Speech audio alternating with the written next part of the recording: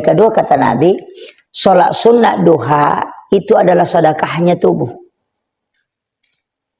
Jadi 160 potongan tubuh manusia, itu pergelangan-pergelangan itu ke tangan, semua yang letak pergelangan itu 160.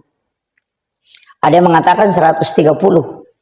Organ tubuh manusia itu lebih 100. Rasulullah mengatakan itu adalah sedekahnya Allah kepadamu. Makanya kita ini sebenarnya Pak Bu hak pakai, bukan hak milik. Makanya pendengaran itu bisa hilang karena dia cuma hak pakai. Jadi bukan milik kita. Ada waktunya Allah mengambil. Perlahan-lahan fisik ini mulai dicabut oleh Allah. Perlahan-lahan penglihatan itu mulai kabur, kemudian bisa hilang. Itu karena kita memang hanya dipinjamkan. Jadi sebenarnya ini kita tidak punya apa-apa. Itu hak pakai saja, bukan hak milik. Makanya tubuh itu tidak bisa dirubah. Ya, itu kenapa kita dilarang merubah ciptaan Allah. Karena kita juga memang hanya dipinjamkan. Maka gunakanlah pinjaman Allah, tapi untuk mensyukurinya kata Nabi, kerjakan sholat sunnah duha 2 rakaat. Itu adalah sedekahnya tubuh. Nah, jadi Bismillahirrahmanirrahim. Assalamualaikum warahmatullahi wabarakatuh.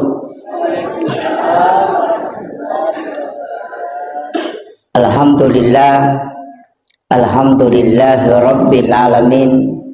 Wassalatu wassalamu ala asyrafil anbiya'i wal mursalin sayyidina wa maulana wa habibina wa syafi'ina wa ala alihi wa ashabihi wa sahabatihi ajma'in. Allahumma salli ala sayyidina Muhammadin tibbil qulubi wa dawaiha wa afiyatil abdani wa shifaiha wa nuril absari wa diyaiha wa ala alihi wa sahbihi wa sallim. Jamaah salat subuh yang insyaallah dirahmati dan dimuliakan oleh Allah Subhanahu wa taala. Alhamdulillah, kita bersyukur. Alhamdulillahilladzi ba'da ma amatana wa ilaihin nusur. Salah satu kesyukuran kita karena baru saja kita menunaikan sholat yang sangat dirindukan oleh para malaikat. Kita sebenarnya kalau bagi waktu paling istimewa saat ini adalah selain kita taklim, kita bisa berzikir. Jadi jamaah yang punya wirid-wirid silakan tetap dilanjutkan, kita baca dalam hati sambil juga mendengarkan ceramah. Karena kelebihan dalam diri kita ini, kita bisa berzikir sambil mendengarkan ceramah. Yang tidak boleh itu membaca Al-Quran kalau mendengarkan ceramah. Kadang-kala ada orang, ada ustaz ceramah, kemudian dia mengambil Al-Quran, kemudian dia baca. Itu ada salah seorang ulama kita yang pernah ditegur gara-gara melakukan itu. Karena lebih utama melakukan taklim daripada membaca Al-Quran. Karena taklim itu adalah ilmu untuk mengkaji agama. Ilmu ini sangat penting. Saya pernah mendapati satu cerita atau kisah dari guru Kiai Abdul Mu'in Yusuf Kalisidendreng ketika beliau di Mekah. Orang melaksanakan sholat sunnah justru dia membaca kitab. Dia baru saja membeli kitab, kemudian dia baca. Orang sudah melaksanakan sholat sunnah, guru masih membaca kitabnya. Kemudian ada jamaah menegur. Dia mengatakan, Pak Kiai, kenapa tidak sholat sunat? Ini sudah waktunya kita sholat sunat. Kenapa masih membaca kitab? Guru itu hanya menjawab sederhana. Dia mengatakan sholat sunat itu hanya untuk diri kita. Sedangkan ilmu ini bukan untuk diri kita saja, tapi juga untuk anak-anak dan umat. Jadi makanya kalau mengaji itu hanya untuk diri kita. Tapi kalau kita belajar ilmu itu bukan untuk diri kita, tapi untuk anak-anak, keluarga dan para jamaah. Jadi itulah pentingnya menuntut ilmu. Makanya di subuh hari ini Kita gunakan dua hal itu. Sebenarnya sesudah sholat begini banyak zikir yang bisa kita baca, Bu. Mulai dari istighfar, kemudian la ilaha illallah wahdahu la syarikalah, lahul mulku wa lahul hamdu yuhyi wa yumitu ala kulli syai'in qadir. Itu dibaca 10 kali. Kenapa? Rasulullah dalam hadis yang sahih mengatakan, siapa yang membaca la ilaha illallah wahdahu la syarikalah, lahul mulku wa lahul hamdu yuhyi wa yumitu ala kulli syai'in qadir 10 kali di waktu pagi dan 10 kali di waktu petang, walaupun sebesar buih di lautan dosanya, maka Allah akan mengampuni. Sebenarnya zikir itu adalah pengampunan dosa. Sebenarnya zikir yang kita baca sesudah sholat itu fadilahnya sangat luar biasa, keutamaannya sangat luar biasa. Cuma kadang karena kita tidak tahu, sehingga kita hanya biasa baca saja. Kemudian ada juga zikir yang paling bagus itu kita baca sesudah sholat subuh. Ada juga yang membacanya antara sholat sunnah subuh. Subhanallah wa bihamdi subhanallahil azim astaghfirullahal azim. Itu Rasulullah mengatakan kalimatani khafifatani fil lisan sakilatani fil mizan habibatani ilar rahman. Ada dua kalimat yang mudah diucapkan oleh lisan, tapi berat timbangannya kelak di hari kemudian. Dan yang rahman itu sangat merindukan. Jadi Allah itu sangat senang dengan kalimat itu. Dan kalimat inilah yang menyebabkan para malaikat diberikan rezeki oleh Allah. Nah, makanya sebenarnya itu zikirnya malaikat. Kalimat itu pendek sekali. Subhanallah wa bihamdihi subhanallahil azim. Itu. Jadi dua kalimat ini sangat dirindukan oleh Allah. Jadi kita baca itu. Orang yang biasa kalau sudah sholat sunnah subuh, dia baca 100 kali. Tapi kalau tidak sempat, nanti selesai sholat subuh. Atau sekalian, sebelum azan subuh kita bisa baca. Orang yang mengamalkan ini 100 kali, Bapak Ibu sekalian, itu tidak akan fakir, kata Nabi. Makanya ulama-ulama kita itu menganjurkan menambah sedikit istighfar. Jadi subhanallah wa bihamdihi subhanallahil azim astaghfirullahal azim. Nah, jadi itu 3 ditambah istighfar supaya ikut istilahnya untuk menyempurnakan. Padahal kalau dalam hadis itu sebenarnya pendek. Subhanallah bihamdi subhanallahil azim. Itu dibaca 100 kali. Kalau tidak bisa 100, cukup ambil 77. Kalau tidak bisa ambil 40. Kalau tidak bisa ambil 33. Kalau masih tidak bisa 11. Kalau tidak bisa 7. Karena dia jadi wirid. Wirid itu adalah zikir yang kita tentukan kemudian kita baca. Dan kita rutinkan. Tapi kelebihannya wirid kalau kita lupa di saat waktu membacanya, nanti kapan kita ingat di situ kita baca. Kalau wirid. Jadi tidak mesti itu Bapak Ibu sekalian, tidak mesti itu yang kita pakai. Mungkin ada bacaan-bacaan yang bisa kita pakai yang lain. Jadi jangan terpatok saja di situ. Jadi mengatakan hanya itu zikir, tidak. Bisa ditambah, bahkan bisa mengambil zikir yang lain. Kalau sudah sholat subuh memang hendaknya kita tidak meninggalkan masjid sampai subuh, sampai waktu syuruk. Jadi nanti saya ini ceramah sampai waktu syuruk ya. Waktu kita nanti sholat sunnah isra. Sebenarnya sholat sunnah isra ini ada yang menganggapnya adalah sholat sunnah duha di awal waktu. Saya tidak sepakat. Kalau dia mengatakan sholat sunnah isra itu adalah sholat sunnah duha di awal waktu. Kenapa? Kalau sholat sunnah duha itu disebut keutamaannya 2 rakaat sholat sunnah duha, kata Nabi, kau tidak mau menukarnya dengan pahala umrah 1 kali di hari kemudian. Jadi ia rumah sampaja sunnah duha 2 rakaat 2 rakaat sholat sunnah duha itu kita tidak mau menukarnya dengan pahala umrah kala dari kemudian. Yang kedua kata Nabi, sholat sunnah duha itu adalah sedekahnya tubuh. Jadi 160 potongan tubuh manusia itu pergelangan-pergelangan itu ke tangan, semua yang letak pergelangan itu 160. Ada yang mengatakan 130. Organ tubuh manusia itu lebih 100. Rasulullah mengatakan itu adalah sedekahnya Allah kepadamu.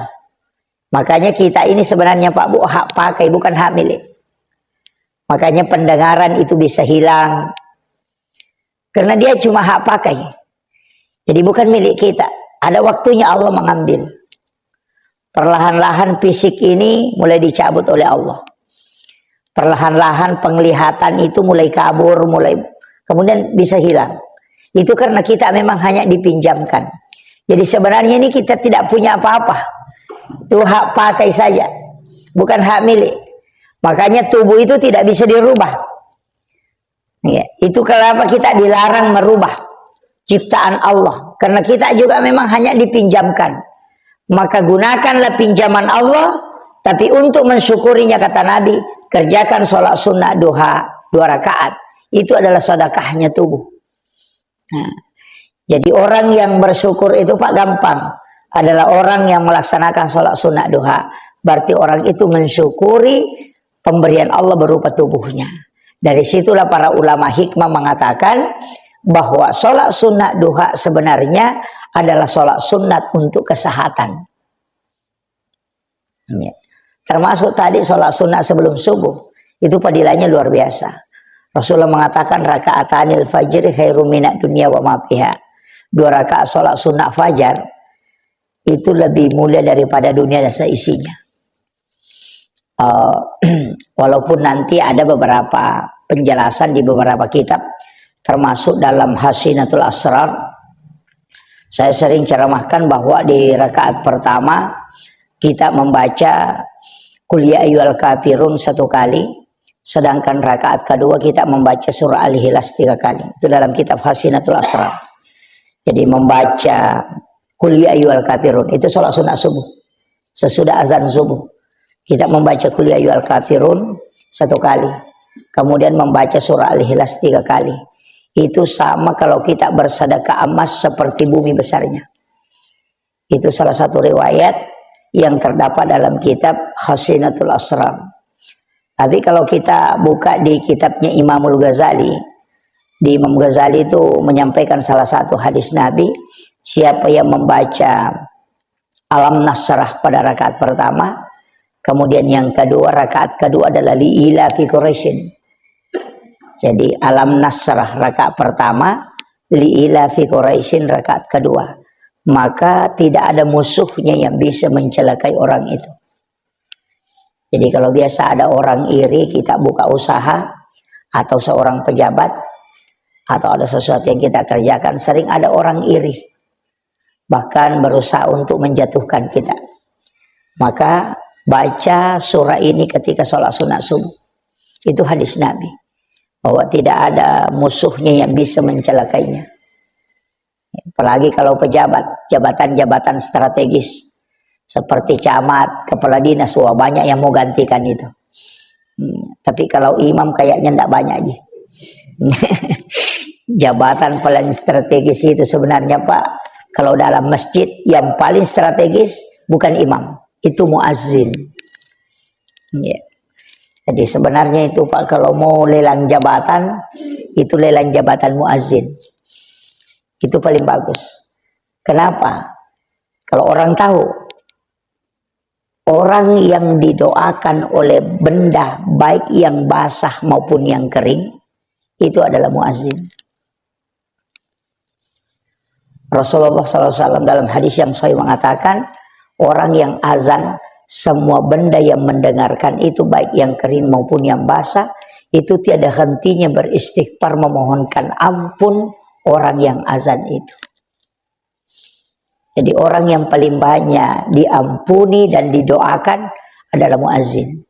Bayangkan kalau kita azan pakai mic Pak, berapa benda yang mendengarkan, mulai dari yang kering sampai yang basah.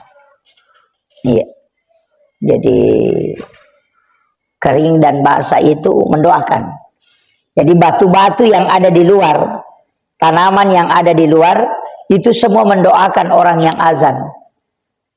Makanya kalau orang azan itu sebenarnya dosanya banyak yang diampuni oleh Allah. Nah, dan orang yang paling panjang lehernya nanti dari kemudian itu muazzin. Dan dia juga punya tempat yang tinggi. Makanya kalau kita jadi tukang azan itu bagus sekali. Karena kalau jadi imam itu Pak berat. Kalau azan itu kan azan yang salah, orang tidak marah-marah. Tapi kalau imam salah biasa orang jengkel. Nah, ini juga tantangannya. Jadi itu pekerjaan yang paling bagus. Makanya Rasulullah mengatakan man azana hamsa salawatin summa mata pada halal jannah. Siapa yang azan 5 waktu, dia yang azan subuh, duhur, asar, maghrib, isya, kemudian pada hari itu dia meninggal, Rasulullah mengatakan maka dia masuk surga. Itu, ini azan. Karena kenapa? Pertama tukang azan itu tidak ada yang terlambat, Pak. Tidak ada tukang azan yang terlambat. Yang biasa terlambat itu imam. Nanti sudah azan orang baru datang. Tidak ada tukang azan itu nanti sudah azan orang baru datang. Nah, jadi itu keistimewaannya. Belum masuk waktu dia sudah di masjid. Sholat sunatnya biasa pas istilahnya sempurna. Nah, kemudian ada juga dalam kitab hikmah, tapi ini saya tidak temukan hadisnya. Tapi ini diamalkan para ulama, termasuk Guru Taqi Malik Belawa itu almarhum al-maghfurlah, itu mengajarkan itu. Sholat sunnah subuh, baca alam nasrah rakaat pertama, alam tarakai pada rakaat kedua. Itu untuk obat tulang. Jadi kalau ada orang biasa ngilu lututnya atau sakit punggungnya, suruh baca itu. Kalau sholat sunnah subuh, alam nasrah rakaat pertama sesudah Fatihah, alam tarakai pada rakaat kedua. Itu hilang itu. Yang biasa ngilu-ngilu lututnya, biasa ngilu-ngilu punggungnya, biasa sakit punggungnya, suruh amalkan itu. Rutinkan saja, insya Allah itu obat. Saya punya jamaah itu di Bone, dia mengatakan umur saya Pak Ustaz sudah hampir 80 tahun. Dan saya tidak pernah sakit lutut dengan sakit punggung. Dulu pernah. Tapi karena Guru Taqi Malik pernah datang ceramah di sini, Abdul Malik Belawa, pernah datang dulu ceramah di sini, dan dia makan di rumah saya. Saya kasih jamu beliau, kemudian saya mengeluh. Mengatakan, wah Pak Kiai, ini lutut saya biasa sakit. Sehingga kadang kalau berdiri itu agak susah kalau dalam sholat.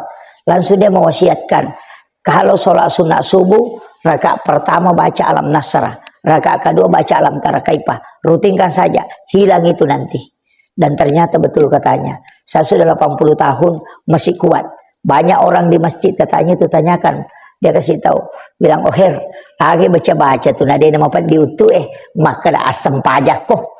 Dia Pak Guru dia tidak mengajarkan itu. Saya ceramah, saya ajarkan, dan dia mengatakan, enak. Di pagaga ceramah rampe yaitu salama purana rampe Guru Taqi Malik. Jadi itu yang pesan beliau. Nasam ruani pulona tau ngumuruku, na patapulo tau ngumuruku nang kaguru taku boleh. Sekarang 80 tahun umurku, berarti sudah 40 tahun. Saya mendengarkan ceramah, barusan ada yang menyampaikan kembali pesan Guru Taqi Malik. Maka saya hanya mendapatkan dari ulama sehingga saya bisa menyampaikan. Dia bilang, makotonga tunasang, itu paling bagus. Dan banyak jamaah-jamaah saya, ada di Kalimantan, ada di beberapa tempat itu menyampaikan. Maka oleh Pak Ustaz, terutama kemarin di Palembang, nasawe Pak Ustaz, mak barakala ada iya roh alam nasra si balam tarakaipah. Jadi, tapi kan tadi 3 toh. Kita mau ambil mana? Alam nasrah kemudian liila fi Quraisyin. Kalau kita supaya tidak ada musuh yang orang yang bisa mengganggu. Kalau kuliah yual kafirun dan surah Al-Ikhlas 3 kali, sama kalau kita bersedekah emas seperti bumi besarnya, itulah makna rakaatanil fajr khairum minad dunya wa ma fiha. Kalau ambil alam nasrah dengan alam tarakaipah, ya bisa. Jadi bisa digabungkan itu.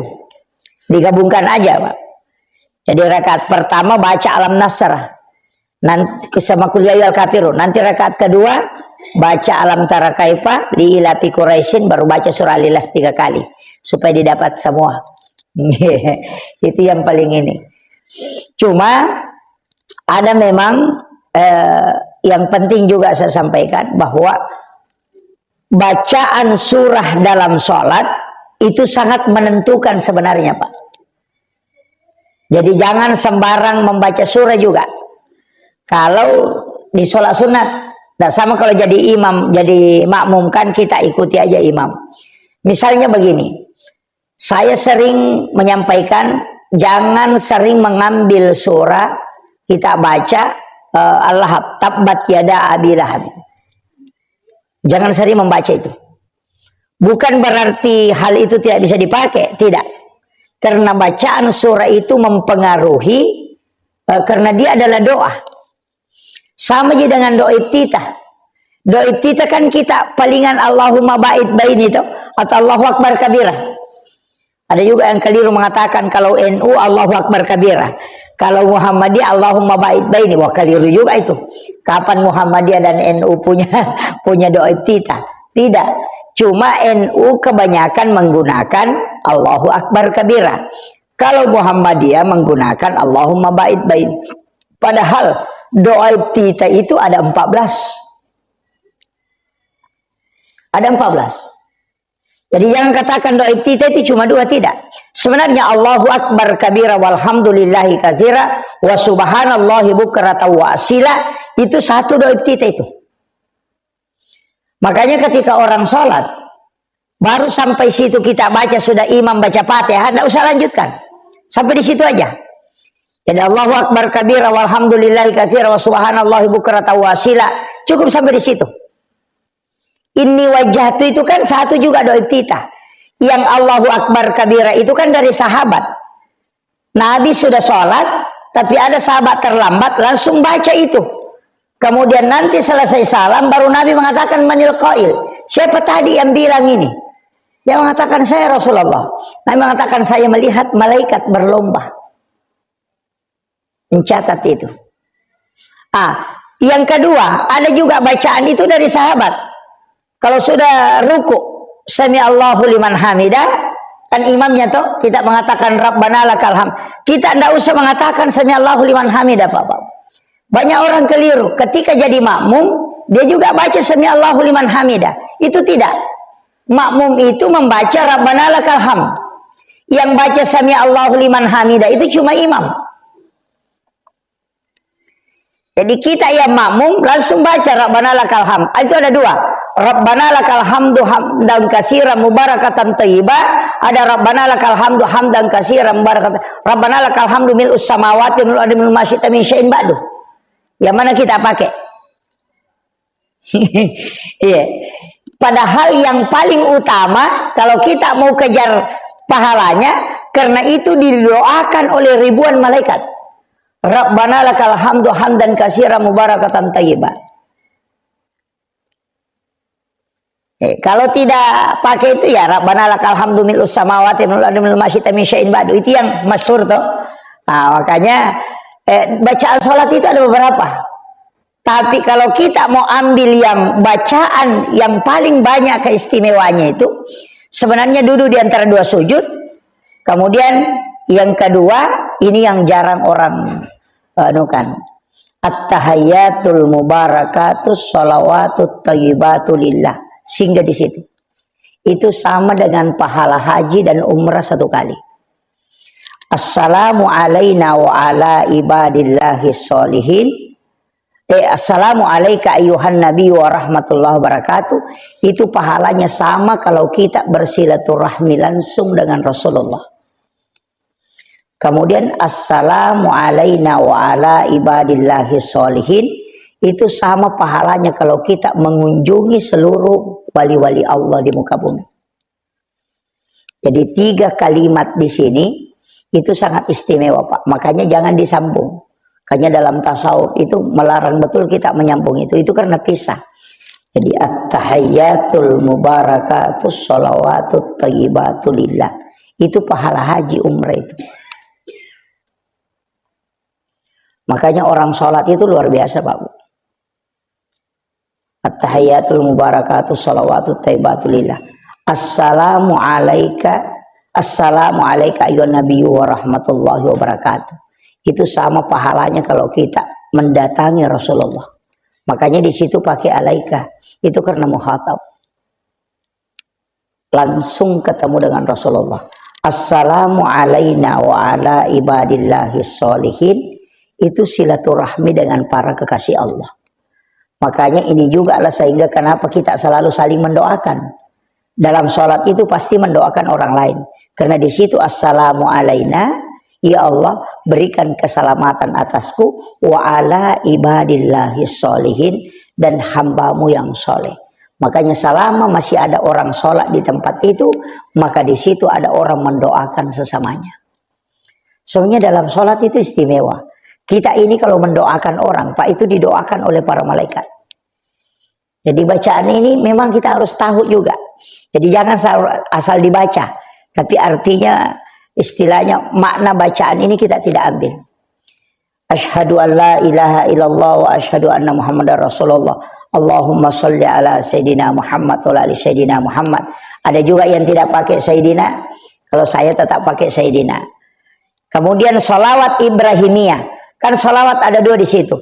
Allahumma sholli ala Muhammad wa ala Muhammad. Kemudian dipakai kama shallaita. Itu kan sholawat Ibrahimiyah. Kenapa dikatakan sholawat Ibrahimiyah? Ini sholawat karena mengikutkan Nabi Ibrahim. Didoakan. Tapi salawat Ibrahimiyah itu fungsinya sebenarnya Bapak Ibu sekalian, orang yang membaca salawat Ibrahimiyah itu Nabi mengatakan inilah salawat yang paling sempurna. Jadi sesempurnanya salawat yang lain, dalam hadis Bukhari Muslim, salawat yang paling sempurna adalah salawat Ibrahimiyah. Itu tahiyat terakhir itu. Makanya di dalam satu kitab dijelaskan siapa yang membaca 3 kali berturut-turut kemudian berdoa maka doanya pasti mustajabah. Nah, ini saya wasiatkan. Jadi kalau mau berdoa tak baca itu tak ketelu. Tak baca ketelir. Jadi Allahumma sholli ala sayyidina Muhammad wa ala sayyidina Muhammad kama shallaita la sayyidina Ibrahim wa ala sayyidina Ibrahim wa barik ala sayyidina Muhammad wa ala sayyidina Muhammad kama barakta ala sayyidina Ibrahim wa ala sayyidina Ibrahim fil alamin innaka Hamidum Majid. Itu diulang 3 kali baru berdoa. Nah, jadi itu kita baca 3 kali baru berdoa. Nabi mengatakan Allah akan mengijabah doa orang yang membaca 3 kali ini. Salawat Ibrahimiyah. Jadi namanya mirota pakolina pakai milodong. Walaupun nanti kan ada waktu-waktu mustajabah, Bu. Seperti doa mustajabah itu di akhir sujud. Tidak usah dilafazkan, cukup dalam hati. Kemudian yang kedua, ba'dal maktubah. Sesudah sholat fardu. Tapi jangan merubah posisi duduk. Sebenarnya itu kalau kita sudah sholat, jangan cepat merubah posisi duduk. Karena di dalam satu hadis, kami punya guru Kiai Fathuddin Sukar almarhumah maghfurlah, itu mantan ketua Majelis Ulama Indonesia Kabupaten Sidrap. Itu saya pernah tanyakan ketika beliau sudah sholat itu lama baru merubah posisi duduknya. Ada juga guru kami itu pernah saya saksikan betul, itu bahkan sampai 1 jam tidak merubah posisi duduk. Kalau dia sudah sholat maghrib, pas selesai doa dia berdiri, sholat sunat, kembali duduk, masih duduk tahiyat, tidak merubah. Ternyata ada riwayat yang mengatakan bahwa orang yang sudah sholat, itu masih dalam posisi tahiyat, tidak merubah posisinya, maka orang itu tidak akan bergeser malaikat rahmat di sisinya. Dan itu masih terhitung sama dengan dia melaksanakan sholat pahalanya. Cuma kalau imam tidak bisa, itu sunnah merubah posisi duduknya. Kenapa? Supaya orang mengatakan dia sudah selesai sholatnya. Gitu. Jadi beda. Kalau kita makmum ini lebih utamanya tidak merubah posisi duduk. Tapi mega tau mempat diutunah. Si mempat dia jena nasok. Pai marak jing ustaz komite talepi mengiluman. Kan? Ada. Jadi memang agak berat. Tapi orang yang tidak merubah itu kemudian berdoa, insya Allah itu bagus. Itu udah mustajabah itu. Nah, makanya ini kalau kita ambil keutamaannya, karena itu malaikat rahmat belum bergeser. Apalagi ada satu waktu sholat, itu sesudah sholat asar di hari Jumat. Ya kupura ki masam pajangas serak ku jumai, aja tarubai posisi itu datang apa ki milodong. Tembus itu. Nah, ini yang jarang orang pakai. Saya itu kalau sudah sholat asar kalau hari Jumat tidak merubah sebelum meminta apa yang saya harapkan itu. Itu istimewanya itu sholat asar sesudah. Kan ada waktu di situ sesudah Jumat itu mustajabah. Makanya orang tua kita dulu kalau mau pindah rumah, melot letek bola, nale so Jumat, imun rina Jumat. Iya, ya napura mak Jumat tawe, baru dia pindah rumah. Karena ada waktu di situ doa mustajabah.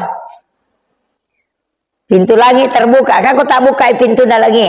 Padahal sebenarnya kalau kita mau ambil yang jelas-jelas ada hadisnya, terbuka pintu langit, dan itu sudah ditentukan memang. Yang pertama malam 1 Rajab. Jadi sebenarnya ini kan malam 1 Rajab istimewa, Pak. Karena di situ dibuka pintu langit. Itu mulai dari tenggelamnya matahari sampai terbit. Nah, nanti ini kan karena malam 1 Rajab itu kayaknya tanggal 13 Januari. Kalau tidak salah. Hari Sabtu kayaknya itu masuk. Jadi malam 1 Rajab itu malam istimewa, Pak Bu. Itu pintu langit dibuka. Yang kedua, malam nisfu Sya'ban. Kenapa 1 Rajab ini istimewa? Karena di situ nurnya Rasulullah dimasukkan ke dalam perut ibunya, Siti Aminah. Itu di malam 1 Rajab. Yang kedua, malam nisfu Sya'ban. Itu juga bagus. Karena di situ ditetapkan takdir selama 1 tahun. Itu di nisfu Sya'ban itu. Kemudian malam 9 Zulhijjah. Itu malam hari Arafah. Kemudian malam 10 Zulhijjah, malam lebaran Idul Adha. Makanya ibu-ibu kalau mau masak buras, meki mak burasa aja namanya lepereng. 1 hari sebelum, 2 hari sebelum lebaran. Iya. Itu nama wari. Ya kau meki mak burasa aja tepat tujuannya lepereng 1 hari sebelumnya. Supaya kawannya leparangi, itu kita betul-betul fokus ibadah. Karena Allah membuka pintu langit itu di malam lebaran. Cuma mega mito kupuran di takbiran lo di metinro. Para justru ulama itu tidak tidur di malam lebaran. Itu sampai pagi tidak tidur. Yo pui di makun reta mak do jamato mana subuh rasa nih. Kenapa? Karena di situ Allah membuka pintu langit. Kemudian malam 1 Syawal juga begitu. Itu juga malam lebaran, Pak. Lebaran Idul Fitri. Jadi ya kutulai malam Jumat dan malam Lailatul Qadar. Kalau kita bisa tidak tidur di 6 malam ini insyaallah barakallahu itu. Maka dia guru tak kayak Muhammad Sain Abdul Ghani. Ya kong katau dia natinro kotonang ngewenni. Untuk makasih milauri pong Allah Ta'ala. Ya ko mate ya tu tahu dijemput langsung jasadnya di alam kubur. Ina tunang katau Pak ko pure palenna ko kiburu etat deng. Itu. Makanya guru tak ya Abdul Rahman Ambodale itu hilang di kuburannya. Makanya yang dari DDI itu ulama kita itu ndak, guru tak ya Abdul Rahman Ambodale itu sangat istimewa itu.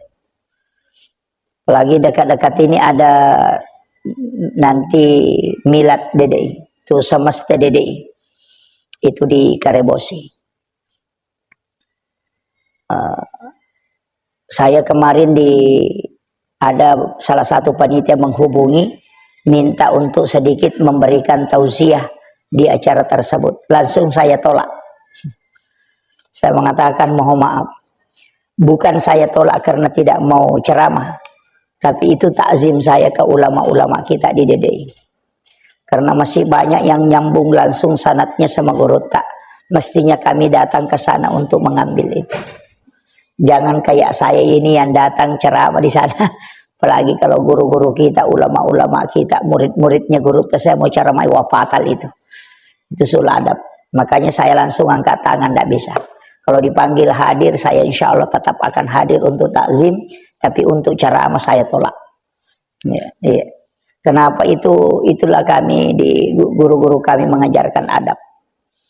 Bukan berarti kami tidak mau menerima nasihat, tidak. Tapi karena di sana masih banyak ulama-ulama yang sepuh. Kemudian yang kedua, punya sanad langsung dengan guru tak. Saya itu takzim sekali. Guru tak Kiai Abdul Rahman Ambodale itu luar biasa. Beliau itu bukan ulama sembarang. Punya karamah. Kalau itu tidak terhitung.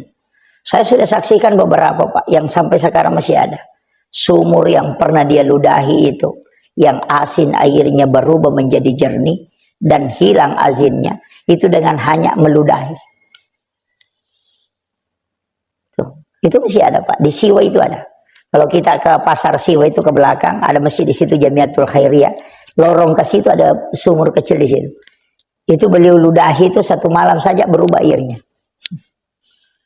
Itu Guruta. Pernah naik kapal ke Manado, itu kapal bocor, kapal kayu. Guruta diundang ceramah. Dia hanya menarik surbannya, kemudian dia lemparkan ke situ. Surban itu menutup air itu sehingga tidak masuk. Tapi setelah sampai semua penumpang turun, Guruta mengambil surbannya, justru tidak basah.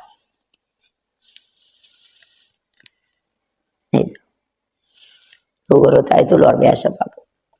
Dan ada muridnya, cuma dia minta dirahasiakan namanya. Murid langsungnya beliau, dan itu masih hidup. Saya ketemu, dan dia mengatakan Guruta itu bagi saya dia tidak wafat. Karena dia kasih saya kitab untuk saya ajarkan ke anak-anak di sini. Dan saya dikasih kitab gundul. Ya diling kitab gondolo.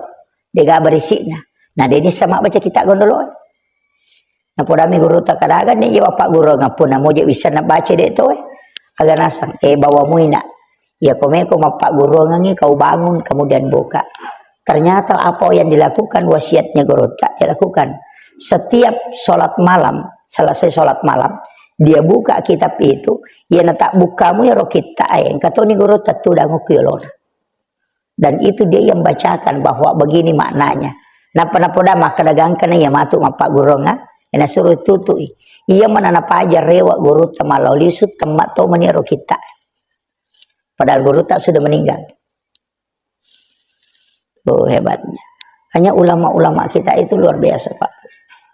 Maka wadi kapik makoro wadi HP lagi wadi HP saja bisa tuh. Ustaz Jepri Al-Buhari sudah meninggal tuh coba kati Jepri Al-Buhari tanamu bakoro iya di handphone saja bisa dia kembali. Orang yang meninggal, apa bedanya itu? Tidak ada bedanya tuh. Ini yang kadang orang Pak tidak paham. Sama juga dengan video call. Video call kan orang di Jakarta bisa ke Polewali dalam waktu hanya sepersekian detik tuh. Masa ada gambarnya, ada suaranya, baru tidak ada kabelnya. Hanya layar besi saja. Tapi kenapa dia bisa bicara sama kita? Padahal dia di Jakarta. Coba pikir itu. Ini yang orang tidak pikirkan. Itulah yang dipakai para wali. Karena dia menggunakan nur Al-Quran dan nur zikir. Sehingga dia bisa tembus. Karena cermin itu sama dengan kalbu. Layar HP itu sama dengan kalbu. Ketika orang bisa membuka itu luar biasa. Sama kalau bapak ibu mimpi tuh. Pernah kibar mimpi tuh? Mak kita kira aku maka tulu-tulu. Padahal tak tutup mata tuh. Iya orang yang mimpi itu kan bisa melihat, padahal matanya tertutup. Nita lena lo Jakarta malau lisu padahal 10 menit matinro. Kan begitu. Sebentar saja kita tidur, tapi bisa bolak-balik dari Jakarta. Naya koto makapala lo Jakarta mak pesawat, patak jana pakila tu kumanya. PP, langi mangotor lo pandang. Coba. Tapi ketika kita bermimpi, hanya 10 menit kita sudah dari sana bolak-balik. Itu karena ada dimensi yang bisa kita tembus. Itu yang dipakai para wali. Makanya jatah hera ko Barsanana Guruta Pak Sanusi Baco disaksikan anaknya langsung yang kasih tahu kami. Dr. Nur Taufik Sanusi ketika kami undang di Sidrap. Maka ada Abba itu ada jamaah haji dari Mekah datang. Dia tanyakan, maga nih Abba saya mau boleh Mekah? Coba. Dia katakan saya mendisi-disi mogi Guru tak boleh makan asam. Majin nangka boleh makan dia nangka nasalai boleh. Nah beliau sudah sakit sudah 3 bulan tidak pernah tinggalkan rumah nasahade. Dia kata nasuci jabat tangan kami di hotel. Coba padahal dia tidak pernah tinggalkan rumah. Guru tak itu. Bahkan kemarin kami dapat info bahwa ada orang dari Sinjai yang bawakan amplopnya Guru sama kuenya. Kadala na lupai maling yang peluk na Guruta si bawa bepah sehingga napai nantarakan maka dia nak kena salai Guruta lah bini 20 ngoko boleh dia nak kena salai tapi maka de kemari malam dia ceramah di Sinjai kami undang itu dilihat oleh ribuan orang ratusan orang coba padahal dia tidak tinggalkan rumah Ini kan kalau kita pakai akal sehat tidak bisa, Pak. Makanya ulama itu bisa melakukan. San guru tak Abdul Rahman Ambudale, maka tok bawa 2 onri maka tok baju ma. Cuma susah sekarang Ustaz kalau mau begitu. Magi yang kerakangi maka dari setan nih. Pak angkat yukur. Ya begitu. Itu mengatakan jin, itu tidak. Kita saja di handphone bisa terbagi-bagi, berada di sini, berada di sini. Ini makanya saya bilang tapakan jaki si kiri, tetapi jangan kejar itu. Allah akan memberikan khususia ketika orang selalu menjaga si kirinya. Paya ko guruta lebih mega di si kiri, na mega dibaca Qur'an na, nanya bicara lalona. Ya upi di koto macuri tanah si bata yang lupa ini pajah. Itu salatnya lebih banyak dibanding zikirnya, tafakurnya lebih banyak. Nah sebab mak dupa-dupamu tuh Pak Bu, iya kok zikiri mak baca, iya kok tafakur deh, dia tuh mak baca. Jadi ada orang itu mengatakan, dikit nasi agak wapala ya Ustaz, zikiri ku dena mega, saya tidak banyak menghafal zikir, magampang, tafakur. Tafakur itu kan hanya mengingat-ingat. Ingerang-ngerangi kesalahata, ingerang-ngerangi papedalik na pong Allah Ta'ala. Kemudian kita mengingat, mendekatkan diri. Itu tafakur. Si jami teh tafakur, masarolak bini masampaya sunnah sisa burakan. Itu hadis Nabi. Jadi aja tahan kung katau tamu masigi na tulimun robi makapat jangan patau sandre-sandre ko lirie mah koy. Aja tak kada matinro siya telepatin rong. Mungkin dia tafakur. Mungkin dia tafakur karena itu pahalanya lebih besar. Makanya sebenarnya itu kalau kita sholat ternyata pikir ipake pada koto kata bere aja nih risapa maka da uki kapa po ngalatala maka kapa model ini malasan itu karena membuat Allah berbentuk itu sehingga dia jadi makhluk. Nah sebab ya ipak bentuk ni po ngalatala macam makhluk itu apa mega tu tahu nasapi ko carani ngarapo ngalatala dia nang kanirita. Nah suruh mo jemi ngaragi din suruh ko nawan-naway. Gitu kayak makiro. Nah suruh mo ngari ngarang din suruh ko manawan-nawa. Apa ya tu ko meko maka da pura wita mako manawan-nawa no tuasan lah. Makanya ketika kita takbir cukup merasakan kehadirannya. Itu aja. Nggak usah bikin lagi model mabolok apa mempetak apa. Makon itu sampai ya tete maka pejang. Apa ya maka pejang inang kero lari-lari maridi-ridi aku matana nasi nak apa malaikat ya nak apa pun. Masalah itu.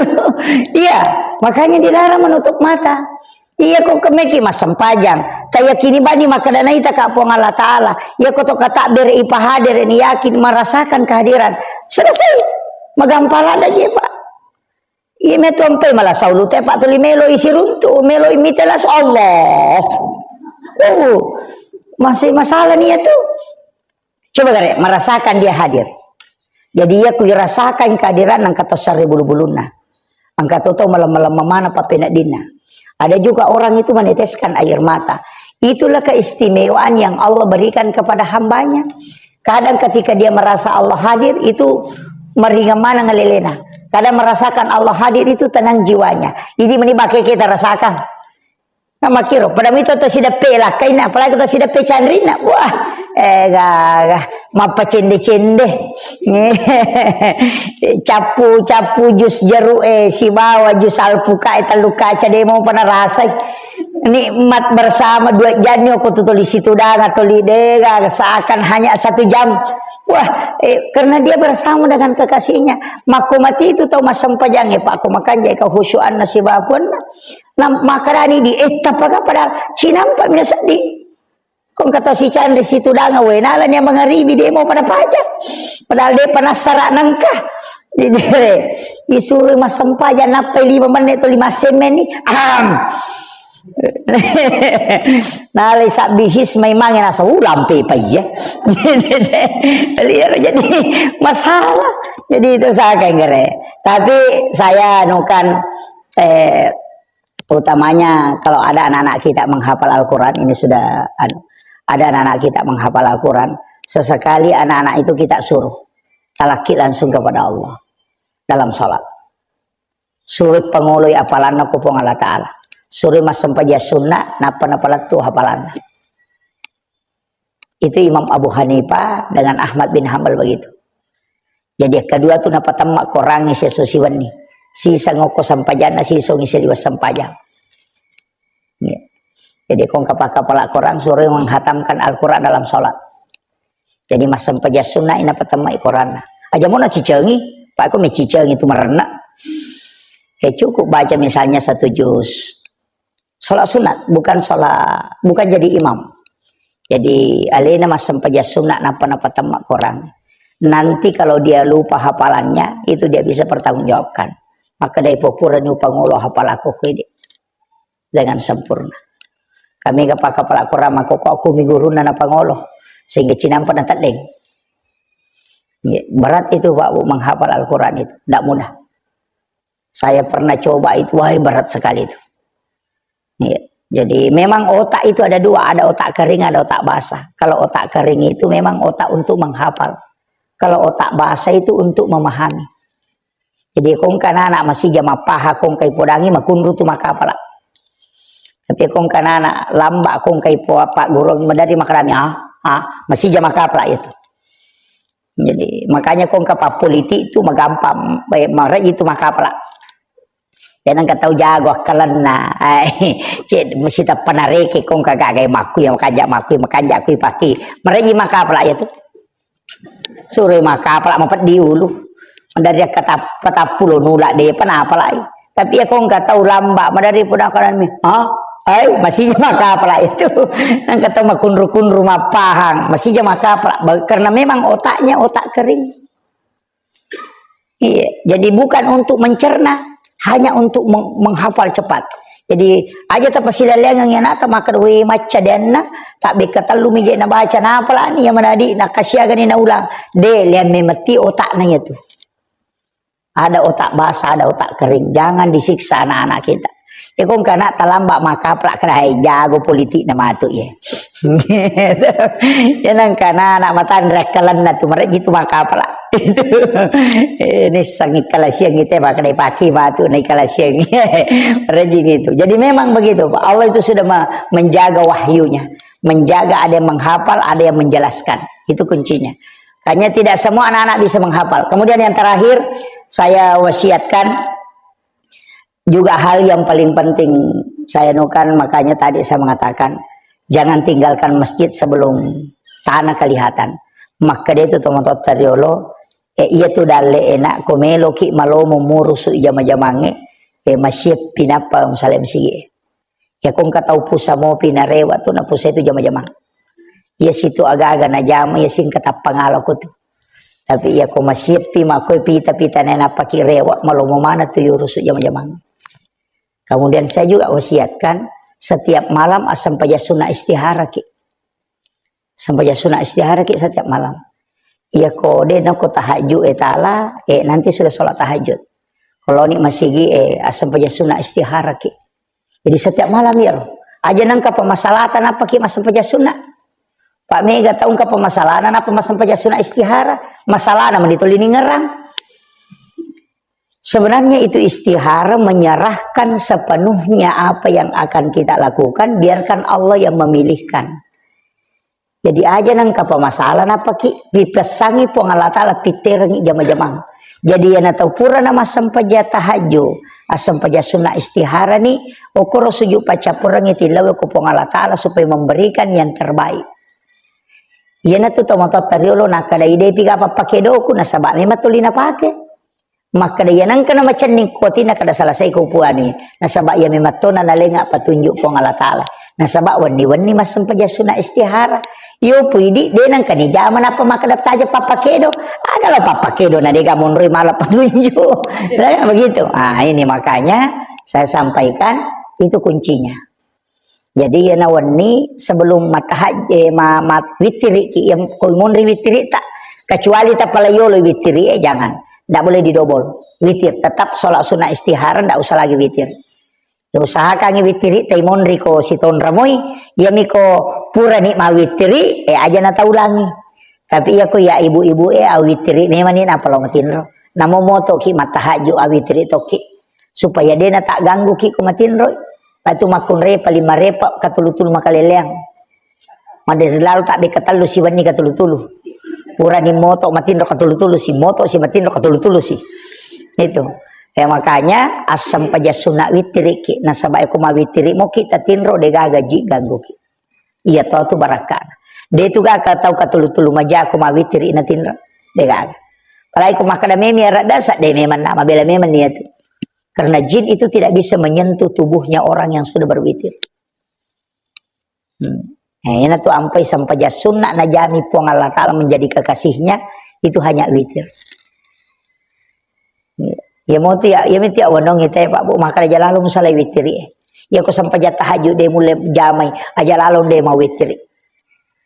Namo sirah kami Bu aja tak ada terlupa namo sirah kami tapi pacar purawat tu itu dijamai sirah kami maka dari ini basu Bu tena dia pernah toma witir tak jamai sirah kami. Kan usolli salatu sunnatul witir rakaatan lillahi ta'ala Allahu akbar ya ko dia tak basara kada bani pakate masam paja witir siraka karena puang Allah ta'ala Allahu akbar gampang ya to ya ko mau lampe mo pia kada bami sirakami puang Allahu akbar itu apa ya tu ko makadaki witiri makadani ganjil ento makadani itu ganjil ko witiri berarti sange ganjil telu sidi iya.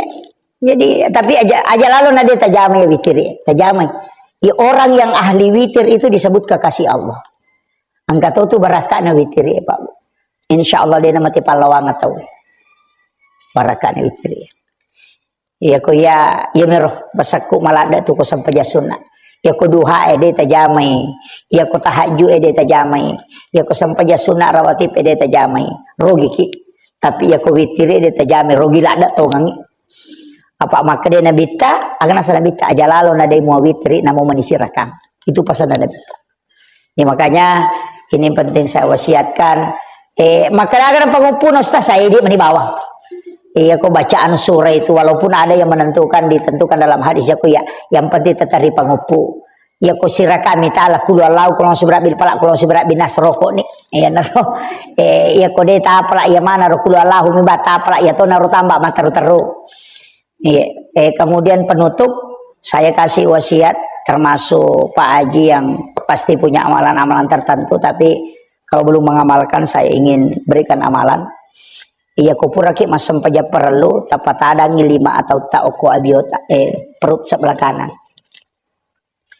sebelah kiri jadi tangan kanan di perut sebelah kiri pokok 7 setiap kalau sudah berdoa sebelum sholat sunnah tepat adangi tabaci alam nasrah ketelu kulu Allahu ketelu baru rabbi syrah li sadri wa yassir li amri wahlul 'uqdatam min lisani yafqahu qawli rabbi yassir wa la tu'assir ditambah sedikit di situ rabbi yassir wa la tu'assir tabaca ketelu iya ko iya tu na amal kataw iya kong ka aga-aga noloy tawe murusukan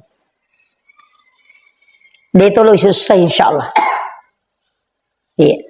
Jadi aku kagak maka dan kagak aku kurme urus engka masalah. Insyaallah salah saya tu napakilat tu.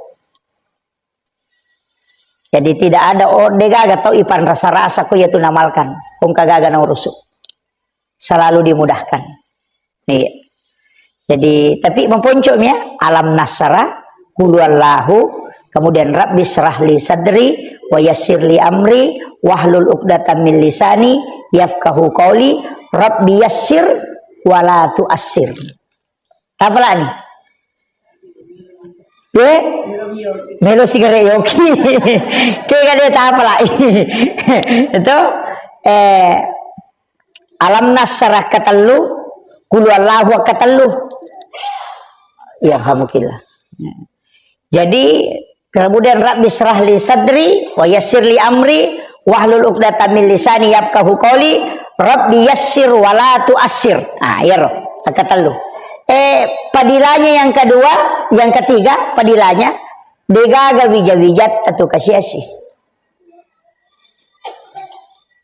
insyaallah dimudahkan itu anak-anaknya itu tidak ada yang jadi fakir barakan itu alam nasrah si bawa kulalau iya jadi tapi petadangi oke. Jadi itu diamanahkan oleh para guru-guru kami yang termasuk saya Al-Maliki itu mengajarkan letakkan tangan kanan di perut sebelah kiri. Jadi palena yokor, palena bami pala lima mako, tapi ibu jari agak didorong sedikit ke atas, kalau dekat jantung. Kemudian kita baca itu, dirasakan itu Pak, dirasakan itu dalam kehidupan. Ya alhamdulillah berakat naroka Pak dongan negorota, saya amalkan beberapa kali. Biasa tuh lupai, terus terang biasa lupai Pak. Biasa ko bakal desiu baca yona. Biasa itu kalau kada desiu baca na lo baca nih. Saya duduk. Kalau kita lupa itu kapan kita ingat kita lakukan. Itu sama dengan kita lakukan pada waktunya. Itu kan jakna wirid itu anunya Pak. Jadi iya kong kagaga makanan ke masalah. Insya Allah selesai itu. Dia nama jingi murus. Dia disipan rasa-rasa. Tahu murusukan. Besok makan kada selesai ini. Itu barakahnya itu. Apalagi kalau kita mengurus berbagai macam, misalnya angka persuratan, angka agak komenka, itu insya Allah semua mudahkan itu barakah nanti. Saya kira itu yang saya wasiatkan dan ini saya ijazahkan untuk kita amalkan terus. Iya, itu barakah. Jadi mudah-mudahan apa yang saya sampaikan pada subuh kali ini karena sudah masuk waktu syuruk, kita bisa melaksanakan sholat syuruk berjamaah. Insya Allah. Itu apalan nabu pada kotolo haji si bawa umrah si bawa nabi tak katalu. Ya sampai jasuna ikut jamai. Iya. Dia kene melo iwaja telo umrah si bahagia katalu Mariawana si di pada 7 juta. Iya, Mariawana pada 7 juta. Nah kene noki pa ajo kuriolo makadani gini lo masam paja subuh. Ya pura pi masam paja suruk na rewa ya lengi dia pada 7 juta. Penuh ya musala ini. Dia nak jene na tama. Tapi karena pahala itu agak berat. Saya kira ini ternyata luar biasa. Saya kasih tahu Pak Haji bahwa tempat ini itu istimewa karena di sini air mandi Rasulullah itu pernah menetes. Karena tidak terbangun masjid dan musalla itu kecuali air mandinya Nabi pernah jatuh di situ. Makanya komeki mak bangun masjid nang katana melo tilau, nang katana tilau musik di meter 2 meter na cia sisa puna nama berengi, cia tu wak kepal kagin cia tu mak berengi, jangan dipaksakan. Kenapa? Karena air mandi Rasulullah tidak pernah jatuh di situ. Jadi itu video nanabita air dari sumur Gars itu yang dimandikan oleh ke Rasulullah itu ketika dimandikan lari naik ke langit. Denanan no tuh ya kuna lagi bolorang yang nabita lari menrek miwena. Nanti hujan pertama itu air itu turun mengikuti air hujan dan di mana pernah menetes di situ pasti dibangun satu masjid. Makanya musalla juga begitu. Makanya setiap tempat seperti ini terkoneksi langsung dengan Nabi. Nah, itu kuncinya. Makanya upasang ibu yang apalagi keluarganya Pak Haji mungkin ada yang sering umrah, jangan air Sam-Sam diambil saja kalau ke tanah suci. Ambil ke air sumur Gars. Ini wasiat saya. Datangi sumur itu ambil karena sumur itu dipilih khusus Rasulullah. Nabi memang wasiatkan kalau saya nanti wafat ambil air sumur Gars itu yang kau pakai mandikan aku, bukan air Sam-Sam. Banyak orang meninggal itu air Sam-Sam na pakai dia wangi campur air Sam-Sam, itu tidak. Pakai air sumur Gars. Jadi kalau kita ke Madinah itu naik taksi itu sekitar 20 rial kalau tidak salah. Tapi siapkan diri kalau mau ke sana karena orang saya dapat informasi itu antri sampai 3 jam baru bisa tembus. Untuk mengambil itu karena di sana kebanyakan orang-orang Yaman datang ke sana mengambil. Jadi kong kata natala namo si botol mi. Iya kotako mangka keluarga tak mate campur sedikit dengan itu. Itu barakah itu. Air mandinya. Nah itu air sumur Gars kong kanana kerasukan aja bana tadongi. Kong kawai sumur Gars ya bana rotala ta campuru kang iwerino na tasuri minungi jin itu akan terbakar kalau tidak keluar. Itu tanpa ru'ya itu kalau air sumur Gars itu barakana. Cuma iya pidi tahu Indonesia jarang lapor. Bahkan mungkin tidak tahu bahwa itu air sumur istimewa itu. Pada mikong kaon Roma kada tenang kanon riji na ciamade, ambil air sumur Gars siramkan ke situ jinnya akan pergi. Itu dia namanya jingi monrekot. Dia tidak mau ganggu itu. Itu hebatnya itu air sumur Gars itu. Cuma saya dapat itu dari jamaah. Saya dulu selalu berdoa, ya Allah mudah-mudahan bisa saya dapat air sumur ini. Ternyata dapat. Saya dapat itu dari salah satu jamaah. Bahkan dikasih 1 botol. Karena dia ambil 3 botol, tapi dia tidak tahu gunanya. Nalabami. Pak Makir keda mana telah malah antri sampai 2 jam 3 jam. Dia tembus mengambil, maka nalamami nataroi, dia tidak tahu. Saya baru kasih tahu bahwa ini fungsinya. Itu kalau ada anak-anak kerasukan jin sudah diru'ya berbolak-balik masih gangguan, suruh Bani minum air sumur Gars. Jin itu akan terbakar kalau dia masih mau tinggal. Itu hebatnya itu. Saya kira ini yang penting saya sampaikan. Akhirul kalam, wallahul muwaffiq ila aqwamit thoriq. Assalamualaikum warahmatullahi wabarakatuh.